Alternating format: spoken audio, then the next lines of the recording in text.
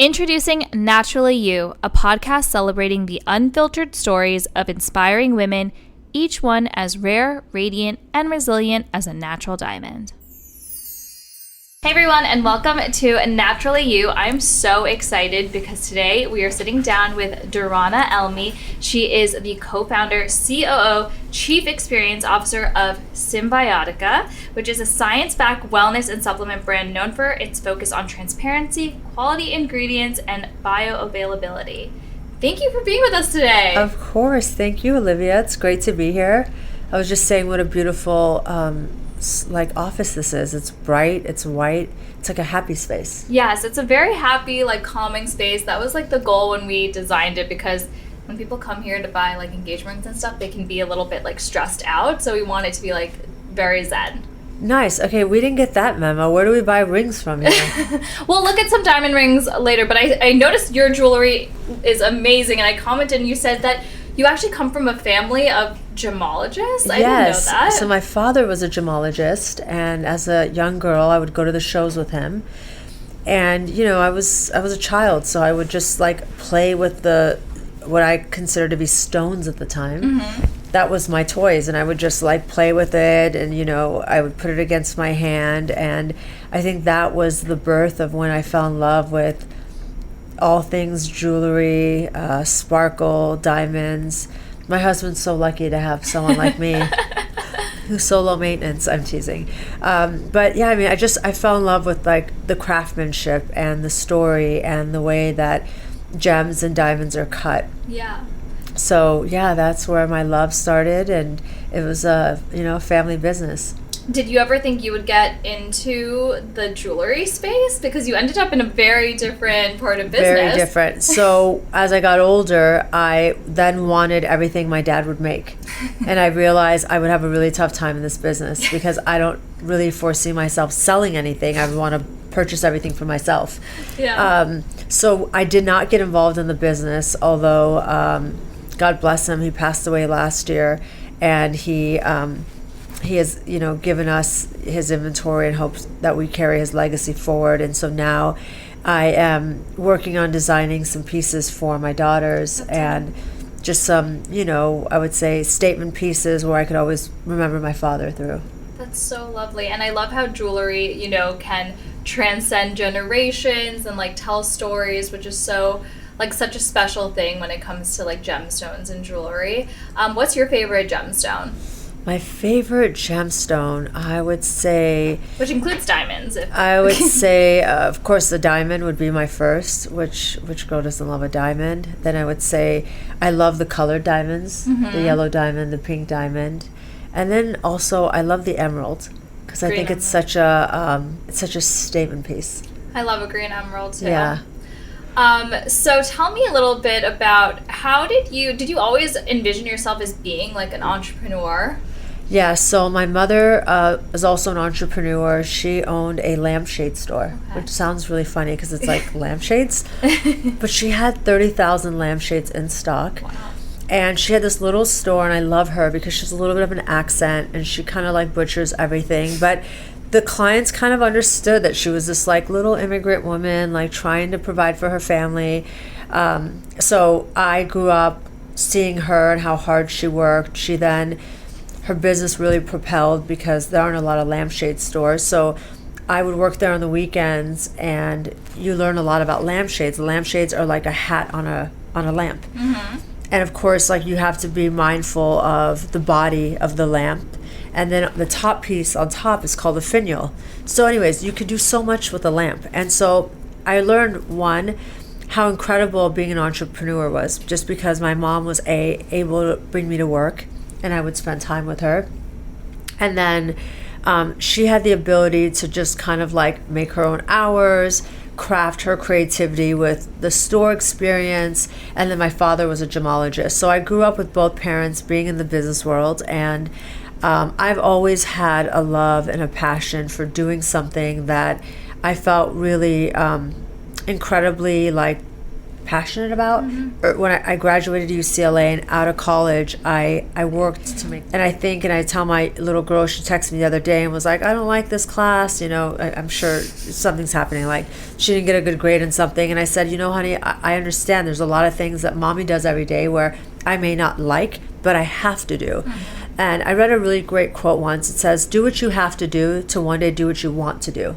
I love and that. So I said that to my daughter. I said, do what you have to do. And out of college, I had to work because I had just met my husband and we were building life together and trying to accomplish all of our dreams as one. And we had to make money. I couldn't really say, I don't really like this, right? It was more of it was necessity.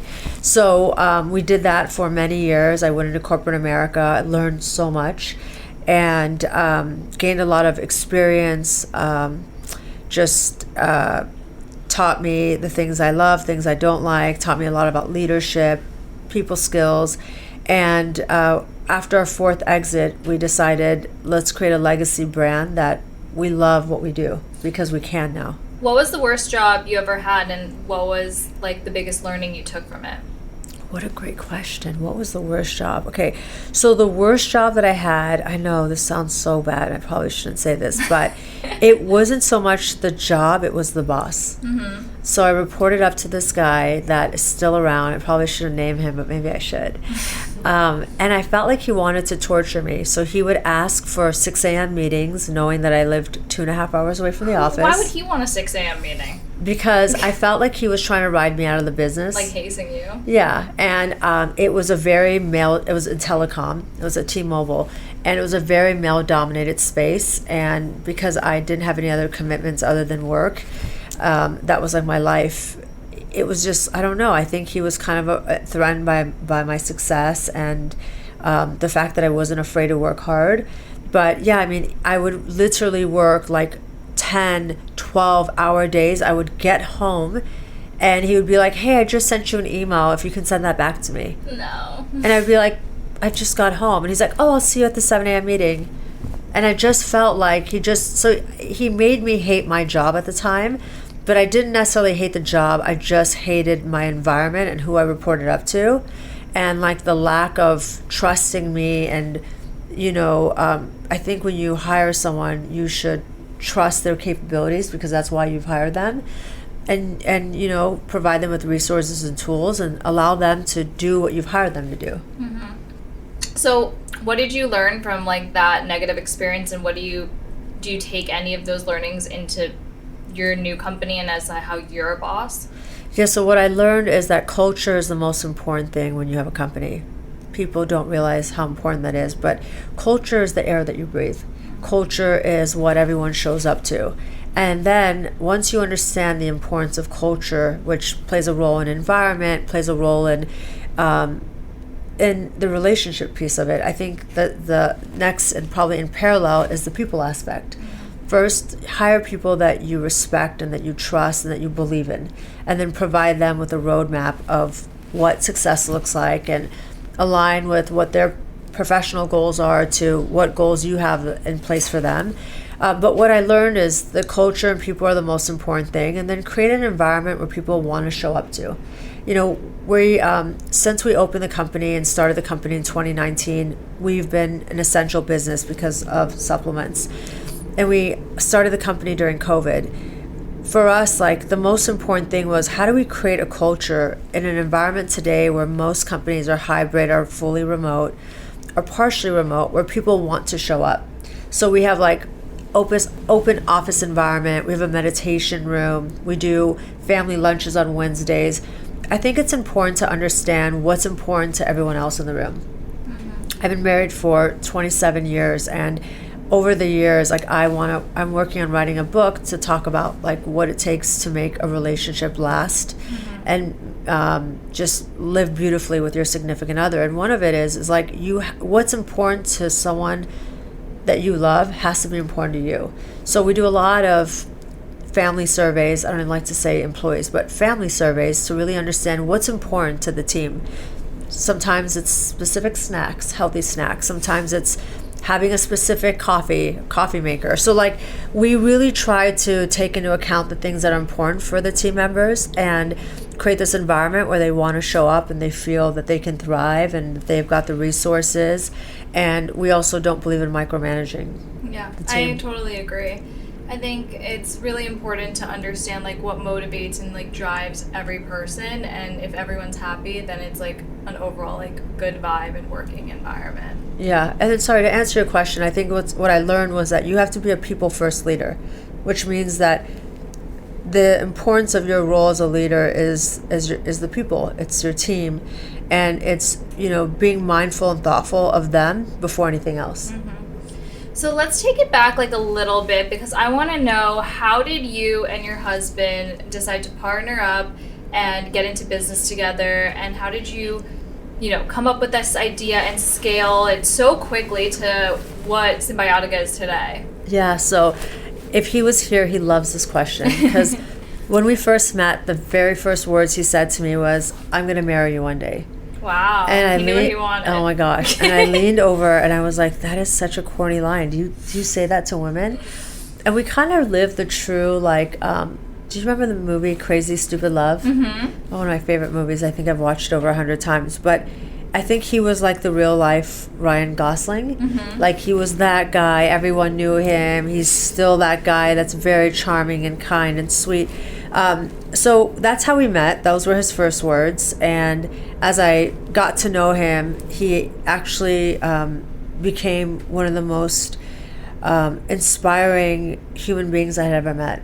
And inspiring through his kindness, through his heart, through his perspective of life, just his faith. And I very quickly fell in love, right back with him. And the birth of kind of when we discovered when we can work together was, I had worked in telecom. I was working at T-Mobile. He ironically was working at AT&T. We were kind of like Mr. and Mrs. Smith. He did sales and I did operations and marketing at the time. We were at a company dinner and the CEO at the time, Ralph de la Vega, looked over at me and said, "Miss Elmi, what is it that you do?" And in that moment, I had thought, I thought the world had paused, because I was like, what do I say to him? Whatever I say to him right now, my husband's going to get fired. And I thought, I gotta speak my truth. So I leaned over and I said, "I work at T-Mobile, but don't worry, we don't compete. I do operations and marketing and, jobs and sales." And he said, "Wow." He said, "Well, and I think he knew that, but I think it was like he was testing me." Mm-hmm. So he said, "Well, we got to figure out how to bring you over." Mm-hmm. And I thought, oh, okay. So when we decided to start our family, and it was on my second child, my daughter, we moved to the East Coast. My husband had gotten a really big promotion, and I decided to resign at the time. We moved to the East Coast, and my, I would say retirement was very short, because within a few weeks, AT&T offered me a job to oversee all of the Northwest mm-hmm. for marketing, and my husband oversaw all of sales for the East Coast. Wow.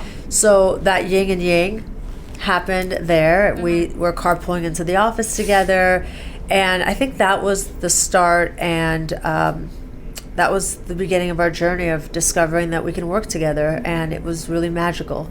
The things that he's fantastic at, I'm not good at all, and the things that I think are my strong suit are not his. My husband and I are co-founders, and everyone always asks us, like, I don't know how you guys can work together without, like, butting heads, and I think it's the same thing. We have, like, our own skill sets, and what he's good at, like, I'm not that good at, and what I'm good at, he doesn't know much about, so we have our own lanes, but, like, respect for each other's positions. Yeah, I said that on a podcast once, and my husband joked when I got home. He's like, own lanes, huh? And I was like, no, it wasn't in a bad way. But it is true. It's like, I think that you are in your own individual lanes, and then there's a time where you can mutually intersect and have this crossover. But yeah, it's been a really beautiful journey. We worked at AT&T for a little over 5 years together.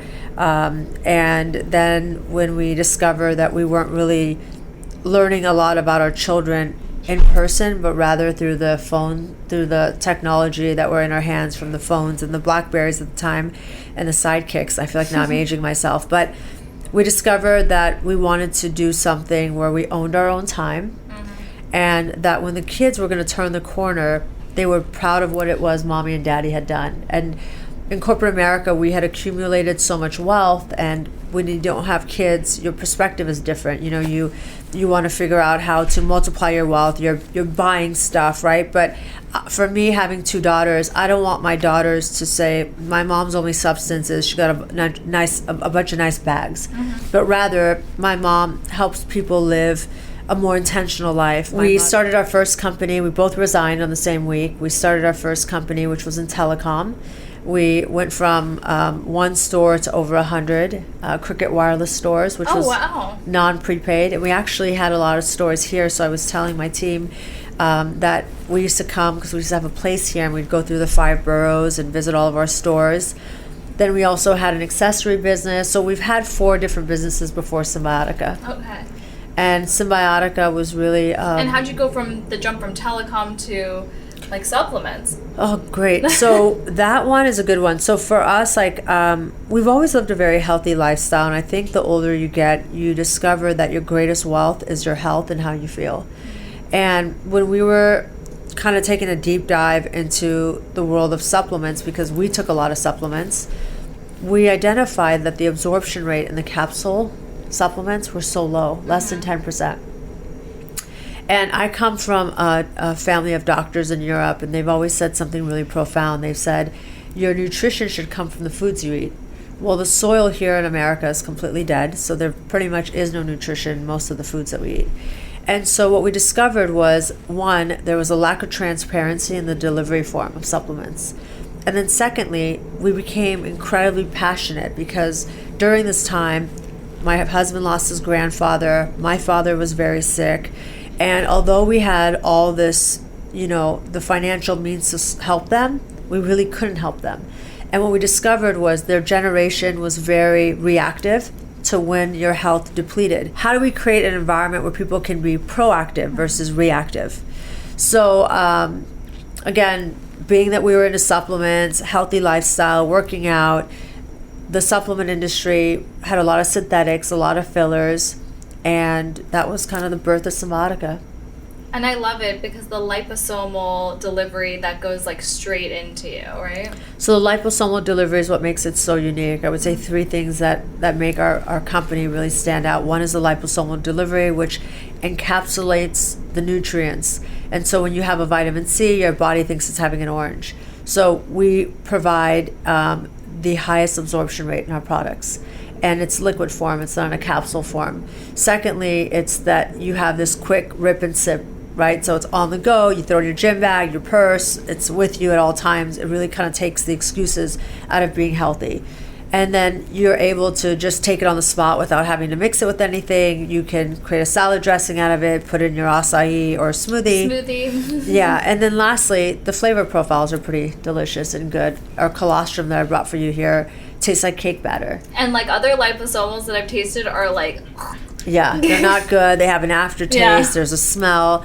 But we're very passionate about really delivering something that you can genuinely be intentional about taking and really creating a daily ritual with. And I think, obviously the concept has really caught on and people are loving it because the business has grown so much since 2019. Yes. So 2019, we started the company with 1 employee. We had a small office. It was like, 5,000 square feet. And I'm really proud to say we're about to go into a campus that's going to be a little over 50,000 square feet. Wow. We're going to have our own, we have our own fulfillment now, but it's going to be under one property, 1 campus. We're building a full wellness gym for all of our teammates so that they are really truly living the lifestyle. We will have a lab there, but we've gone from 1 employee to over 150, and the company has grown. We've been EBITDA positive these past 5 years since we've started, and we've just never been a company that's backed into gross margins. We've been the company that gets with our R&D team, gets with all of the scientists and say, how do we build the best products and take it to market? And we'll figure out everything else. Like, it's not about this brand, when I say legacy, wasn't about making money, but it's about the legacy we leave behind. And how do you think about, like, your new launches, like you just shared with me this one that's really exciting, the NAD, and we were chatting about how this is like the new hottest thing, but I've never seen it liposomal before. Can you tell me a little bit about how you like think about like new products and like things that are exciting that are coming up? Yeah, so I mean, for us, we think about your daily ritual, we think about longevity, we think about healthy aging, anti-aging, gut health, and immunity. And so they kind of have to be within these like pillars that we talked about so that they can become daily. We don't create products that are trendy, or we don't follow the fads. But for us, NAD is an incredible product for healthy aging, longevity. We were talking about earlier, so I actually do NAD through IV therapy, but it's not the IV part, but the actual journey of having the NAD in your system, because it's detoxifying your cells, is quite uncomfortable. You feel very bloated, you feel like you have to go to the restroom, so it's not very pleasant, and it can last, depending on how quick the drip is going, anywhere from like an hour and a half, that's fairly quickly, but hour and 45 minutes to like three and a half hours long. What's so great about NAD is that it's cellular turnover, and so you're recovering much quicker, healthy gut, and I always say I'm so much more focused. So if you don't have access to doing IV every single day, we are launching our NAD Plus, which is liposomal. So again, very very high absorption rate, and for us, we think about innovation, and we think about how do we fill some of the gaps that you're seeing today in the marketplace. For someone like myself, who I'm starting to get really into longevity, like I just turned 35, I have my first kid, so I'm really thinking about long term, like what is like the best like combination daily for supporting your immune system and like longevity? Well, first off, you turned 35, but you look 25, so congratulations to you. I always joke with my daughters, I'm like, you aged mommy. I've aged like 10 years in the past 17 months. No, so. But it is rough, right? Like the lack of sleep, the balancing act between being a wife, a mom, work. So I would say first, I would say you'd have to have a really honest conversation with yourself. Well, what is it you're trying to solve for? Most of the time, most women or mothers, like, we lack energy, we're tired, the mental focus isn't there, we're all about skin health. So for me, the way I kick off my days is on an empty stomach, what can I have that's going to detoxify my body, detoxify my liver? So that's my glutathione, that's my NAD+, Irish sea moss. Our head of research and development, her name is Dr. Shilpa, and she explained sea moss in the most beautiful and profound way ever. She said, sea moss is like the soil to your garden. If the soil in your garden isn't healthy, nothing can grow. So that's like your gut. If your gut isn't healthy, then nothing can be functioning properly inside your body. So oftentimes, young girls are looking at ways of like how to cover the acne through the makeup, but the reality is you got to really ask what's going on internally that's creating the acne.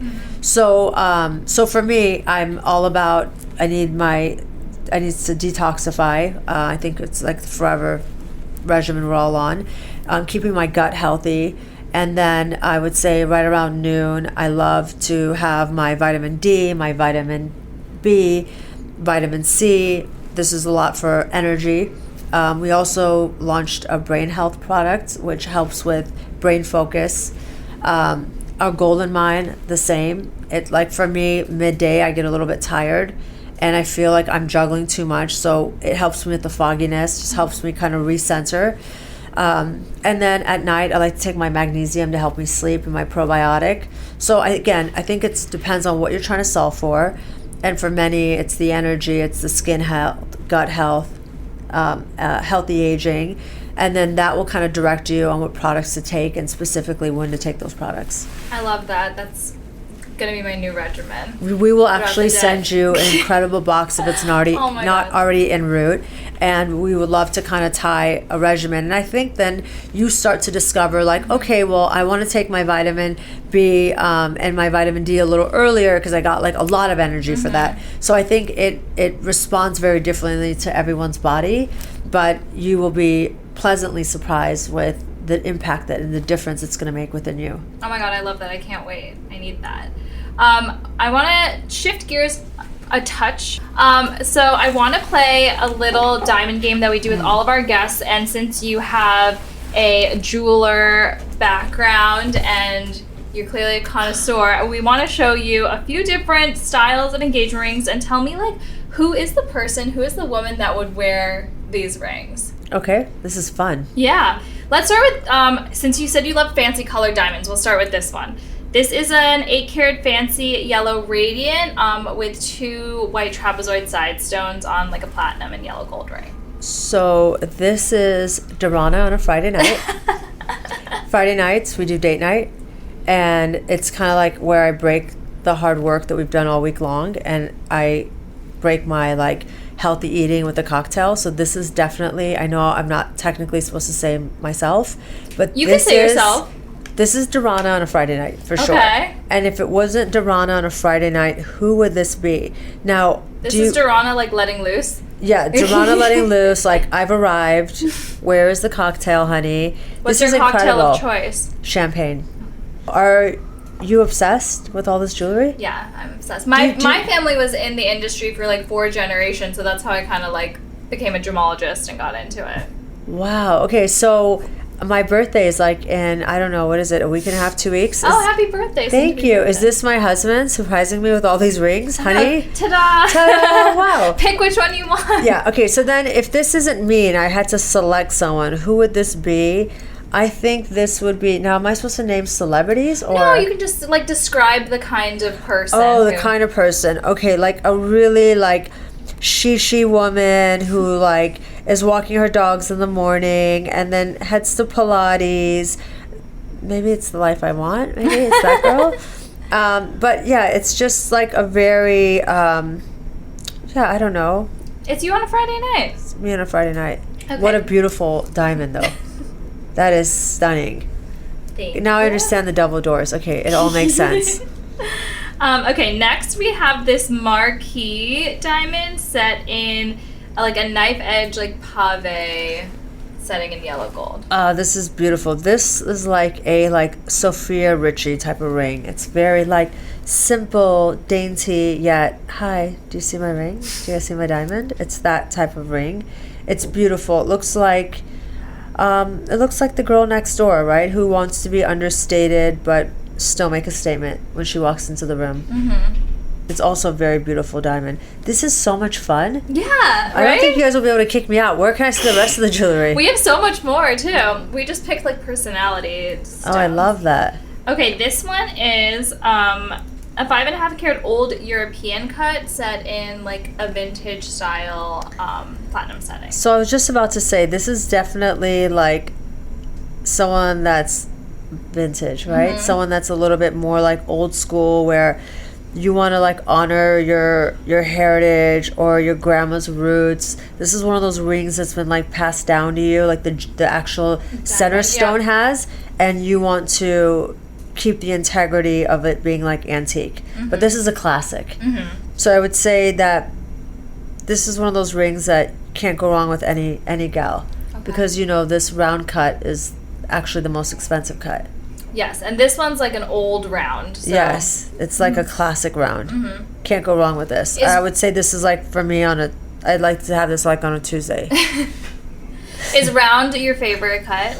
So I do love round because it's classic, but I also love pear. Mm-hmm. I think the pear shape is also really, really beautiful. Very hot right now. Very hot right now, yeah. But in terms of like keeping the value of your diamond, the round cut. Mm-hmm. Yeah. This is beautiful. Okay, I have a little curveball one. This one is an elongated cushion cut, and this one's set in like a black rhodium button back style So ring. This ring is for the girl that says, listen, The diamond's not important. You actually don't even have to get me a ring. I don't need anything, just a string around. That's this girl here. And I think this is also a really beautiful ring. This is a ring you can stack because of its simplicity. But it's the girl that, she's like the quiet girl. She's not having the lavish wedding. She's having a really simple wedding at the barn. And she's just really happy. Like she's very just content with anything that's in front of her, because she's probably a little more like earthy or down to earth. So that's how I see this, and I would say this is like a really good Monday ring. It's like a nice ring to start the week with. Love that. You gotta earn your way up to the yellow diamond on Friday. And last but not least, we have this 3-stone, this classic emerald cut ring. Oh, this is like Harry Winston, right? This is what it reminds me of. Ooh, this is like really nice. Like his family has a deep inheritance. You may have married a nepo baby, but it's just a classic ring, right? And when you look at this ring, you for sure think, I want to have 2 kids, because one of the diamonds on each side represent my 2 children that I have. It's also a stackable ring, but it's beautiful cut, very clean diamond. And again, the kind of girl I would think about is the girl that's sweet, the girl that's the girl next door. She's, I don't know, she looks like the Dallas girl with she looks like Barbie. Yeah. It looks like a Barbie's ring, but it's a gorgeous ring. I mean, the reality is you really can't go wrong with any of them. Yeah, they're just a little different depending on your style. Yeah. Thank you for playing. Yes, that was so much fun. Wait, we're playing? I thought, wait, do you actually earn anything for playing? Like you get a ring on your way out or anything? We can talk about it. No, so amazing. So you understand, like, right, the love. And what's so fascinating about these rings is like, every single one gives you a different feeling, and every single one takes you to a different place. But there's kind of no you can't go wrong with it. When I always meet young guys who are like, I really want to propose with the ring, and I'm like, it's the ring is not the most important thing. That's something that over time, just like everything else, you can, if it's important to you, you can upgrade it, you can redesign it, I think. But it's really the circular part, which is your commitment to one another, which is it represents infinity and endless. I agree. That's most important. I agree. So kind of piggybacking off of that idea, how do you have any advice? Like, you are a wife, a mother, a business owner, you work with your husband, and I know that a lot of people that I talk to that are businesswomen and mothers, they say there's no balance in life. What kind of advice do you have for someone who might be in that position, maybe me, to continue being successful, building your business, but also not being a great mom and building your family? So the first thing I would say is that I actually said this before and I got criticized, and I think it was misunderstood or not taken the correct way. I think as women, we co-create, and we are just such a powerful force. So as women, you can be it all. You just have to define your all. As long as you're not comparing your all to others, as long as you're not comparing your all to what you see on social media. And listen, life is an absolute shit show. You're balancing your children, their schedule, they're eating, they're sleeping. You're balancing your husband, which is most of the time your first child. Yeah. You're balancing being a woman and a wife, and you want to feel good in your own skin, and you want to feel great and have all the energy in the world to pour out to everyone around you. So what I would say is be kind to yourself, because you don't have to shoot for perfection. You just have to understand that you have to give yourself grace and understand that you are doing your best. And I think it's important to really protect your energy and protect your thoughts. I tell my daughters every day, I actually FaceTime them this morning, and I said, baby girl, before you get dropped off, what's the most expensive thing you own? And that's something I tell them every day. And they're like, okay, Mom, I got it. My thoughts. So I think your thoughts are the most expensive thing you own. Your thoughts and then your energy. So surround yourself with women that inspire you and ignite you and that support your dreams no matter what they are. And be around people that will tell you that it's okay, like you did your best. Like, girl, you may not feel it, but you're kicking ass.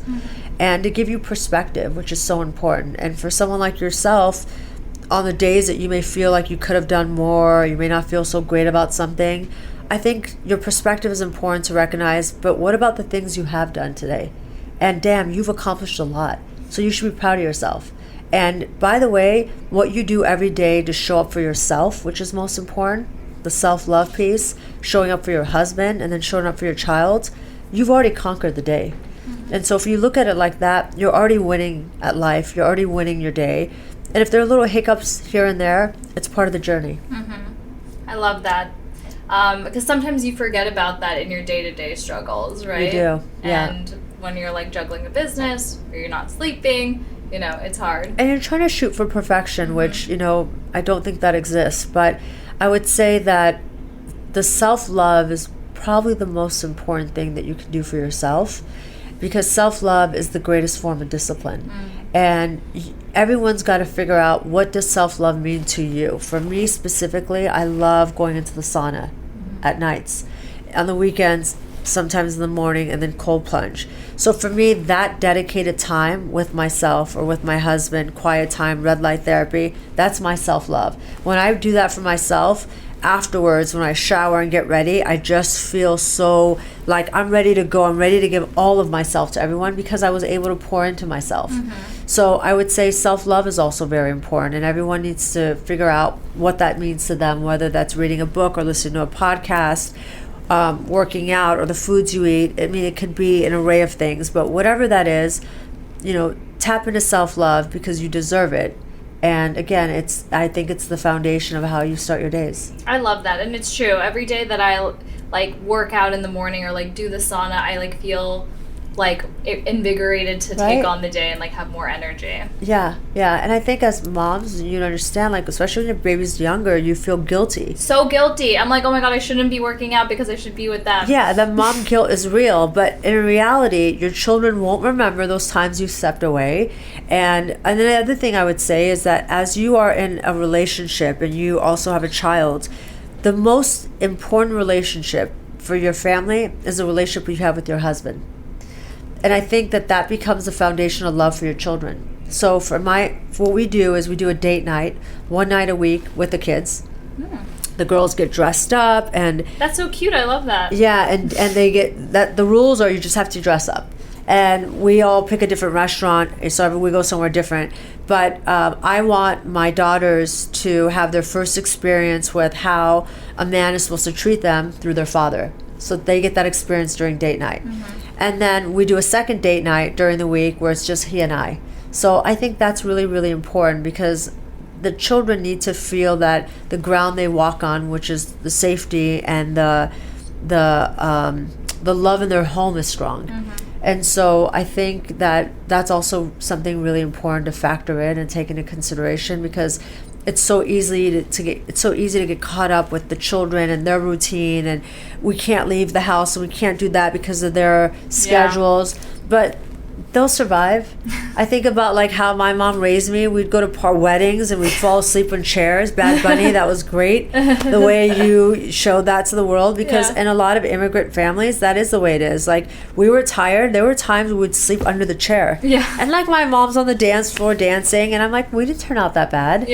So, you know, I think kids are resilient, but the most important thing is to protect yourself and then pour into that relationship that helped you build that family. I love that. And I know you're a big champion for, you know, female entrepreneurs and female businesswomen. Like, what are some pieces of advice that you think are most important for like an aspiring female entrepreneur? So I want to say that I love women. I love women because I came from one. I love women because my girlfriends have supported me to be who I am today. As I said, it was beautiful to walk in and see your team of ladies here, and there's nothing better than knowing that, like, these are like my girls. Like, you know, we have that emotional intelligence. We are all about the detail. So I love women, and I come from a country where women have no rights today. So I think my admiration and compassion for women run deeply also because of that. But what I would... And you're Families from Afghanistan? Yeah, both parents are from Afghanistan. I left there when I was 6 months, very young age, but I do a lot of philanthropy work back home because I think it's important to always know where you've come from. I am in awe and enamored over the resilience of the women of Afghanistan today, and they inspire me. So what I would say to the women that are in business is prepare to fail. Because most people, and when you look at the highlight reels on social media, you see the success stories, and everything seems so happy. But the truth is, during the 4 other chapters that my husband and I have had together, and Cymbiotika being the 5th, we failed more than we succeeded. And no one wants to talk about that. Yeah. But I always joke and say there should be a social media platform where you're seeing the not so beautiful side of things, because that's more of your reality than the glamorous side. So embrace failure because it's part of the journey. And I always say failure is the admission to success. Failure is the admission to success? Yes. So you have to fail. You have to fail. I think, I don't know a successful person who has not failed and is successful today. I would probably call their bluff, because you fail. That's part of the growing pains. It's part of the strength, and I would say the meat of your success and your growth. I think that's really powerful, because I think a lot of women and just people in general are nervous to take the first step or get into business or become an entrepreneur because they're scared of failing. Yeah. And I think failure is scary, but if you can just intersect your passion with purpose and just stay true to what it is you're trying to accomplish, and not get caught up with the noise or get caught up with the trends or, what's the hottest thing right now. But I really believe in the path that I'm working on. I believe in my mission. I'm clear on that. I know the ethos of what I'm trying to build. Then I think you're okay. And just just compare you versus you, accept the failures, and just stay humble and hungry. I totally agree. I think if you know where you want to go and you have that North Star, there's going to be bumps in the road, but if you have, the drive to push through it, you'll be successful. Yeah, most people, I would say, just tapping into the why is so important in life. Yeah. Why are you doing this? Why is this important to you? Why are you here today? So knowing your why. And what's your why? My why? What a great question again. My why is that I think that as a woman and as a leader,